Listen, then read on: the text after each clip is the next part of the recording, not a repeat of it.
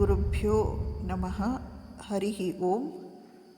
ಶ್ರೀಮಾತೆ ಶ್ರೀ ಶಾರದಾ ದೇವಿಯವರು ಹೇಳುತ್ತಾರೆ, ಮಗು, ಯಾತ್ರೆ ಎಂದರೆ ಬರಿಯ ತೊಂದರೆ, ಅದಕ್ಕಾಗಿ ಹಾತೊರೆಯಬೇಡ ಮನವೇ. ನೀನು ನಿಜಕ್ಕೂ ಪ್ರಾಮಾಣಿಕನಾಗಿದ್ದರೆ ತೀರ್ಥಯಾತ್ರೆ ಪ್ರವಾಸಗಳಿಗಿಂತ ಹೆಚ್ಚಿನದನ್ನು ಮನೆಯಲ್ಲಿದ್ದುಕೊಂಡೇ ಸಾಧಿಸಬಹುದು. ಇದ್ದಲ್ಲೇ ಮನಸ್ಸು ಶಾಂತವಾಗಿರಲು ಸಾಧ್ಯವಾದರೆ ತೀರ್ಥಯಾತ್ರೆಯ ಅಗತ್ಯವಾದರೂ ಏನಿದೆ? ನಿನ್ನ ಕೈಯಲ್ಲಿ ಯಾವಾಗಲೂ ದುಡ್ಡು ಇದ್ದರೆ ಕೆಲವರು ಸಾಧುಗಳಿಗೆ ಊಟ ಹಾಕು.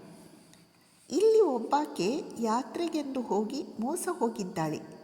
ಯಾತ್ರೆ ಮಾಡುವುದೆಂದರೆ ದಾರಿಯಲ್ಲಿ ಹಲವಾರು ಕಷ್ಟಗಳನ್ನು ಎದುರಿಸಬೇಕಾಗುತ್ತದೆ. ಆದ್ದರಿಂದ ಅದನ್ನು ಅತಿ ಮಾಡಿಕೊಳ್ಳಬೇಡ. ಸುಮ್ಮನೆ ಅಲೆಯುವುದಕ್ಕಿಂತ ಹೆಚ್ಚಿನದನ್ನು ಮನೆಯಲ್ಲೇ ಇದ್ದುಕೊಂಡು ಸಾಧಿಸಬಹುದು. ಇದೆಲ್ಲ ನಿನ್ನ ಸ್ವಭಾವವನ್ನು ಅವಲಂಬಿಸಿದೆ.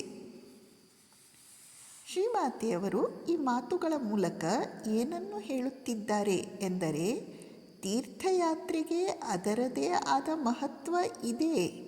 ಹಾಗಂತ ಯಾವಾಗಲೂ ತೀರ್ಥಯಾತ್ರೆ ಮಾಡಿ, ಅತಿಯಾಗಿ ತೀರ್ಥಯಾತ್ರೆ ಮಾಡಿ, ಆ ಮಧ್ಯದಲ್ಲಿ ಸಂಕಟಕ್ಕೊಳಗಾಗಿ ಕಷ್ಟಪಡುವುದು ಬೇಡ. ತೀರ್ಥಯಾತ್ರೆಯ ಮಹತ್ವ ಇದೆ, ಹಾಗಂತ ಅದಕ್ಕಿಂತ ಮಹತ್ವಪೂರ್ಣವಾದದ್ದು ಚಾರಿತ್ರ್ಯ, ಮನಸ್ಸು ಸ್ಥಿರವಾಗುವುದು.